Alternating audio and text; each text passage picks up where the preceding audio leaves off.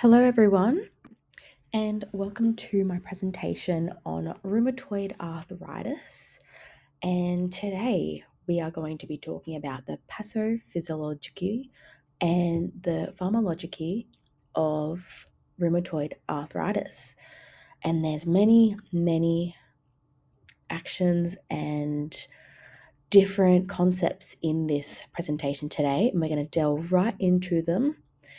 And we are going to delve deeper into rheumatoid arthritis and get a good grip on what it is and where it comes from and what we think of it. Because right now, all I can think of is small aches in your knees and hands and soreness everywhere. That's what I think of rheumatoid arthritis.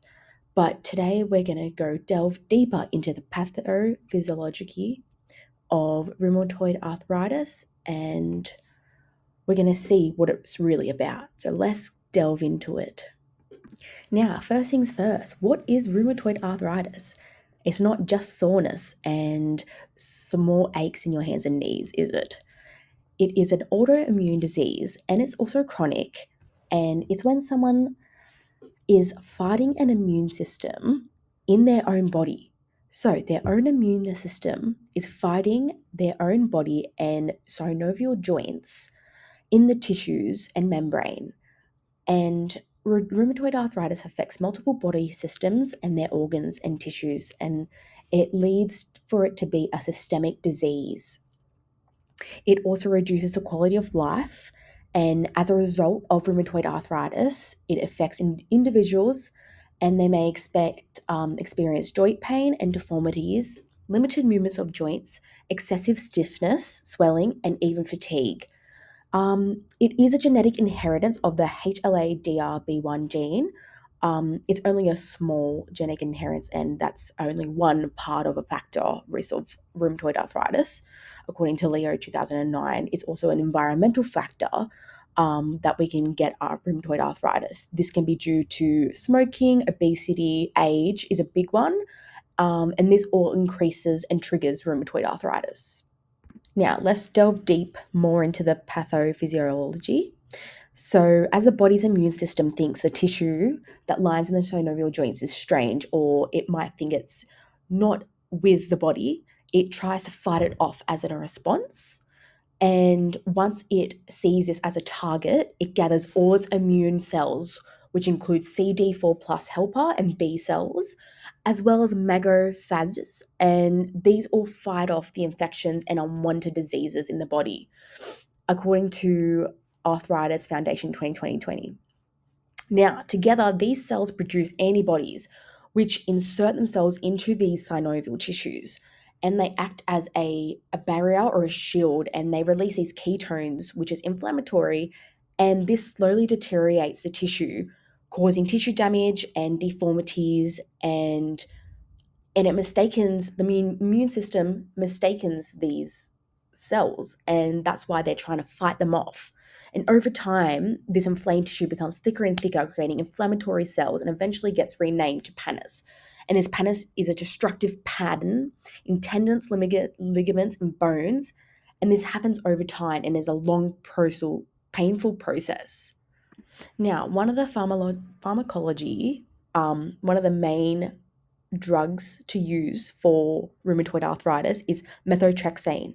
Now, it's a part of the disease-modifying antiarrhythmic drug class. Sorry if I pronounced that wrong. And its indications is suppressing the immune response and creating anti-inflammatory protection.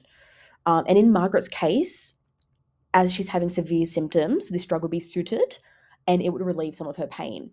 Now, the mechanism of action includes a crucial enzyme called DHFR, which allows the destruction of immune systems or immune cells in the immune system, like T and B cells, and it decreases these levels of ketones, which decreases inflammatory response in this immune fighting system to the cells. Um, and in this response, it allows andersones. This is a molecule, and it protects the damaged tissue.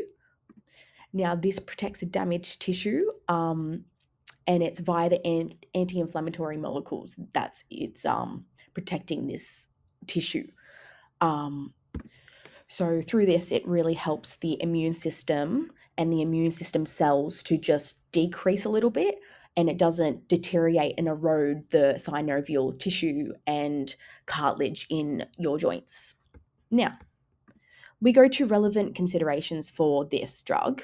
So, to consider for this drug, it also decreases liver functions due to toxicity. It can give you infections because it's suppressing the immune system. It can't give out the good cells to your body, so it can give you infections. And as Margaret's a school teacher, this may be an issue as she's handling children. They get sick a lot, and this could be a bit of an issue. So, she needs to consider that. She should also be aware of the patient education. She should know what's in this drug and if she's certain on using it. The side effects can include vomiting, fatigue, infection, and bruising. But these are all relevant to this methotrexate. And as a nurse, we should be educating this client, and she should know all these before having this drug. And these are my references. I hope you've learnt a little bit about the in-depth of rheumatoid arthritis. Now let's head back to the sway presentation and I'll see you there.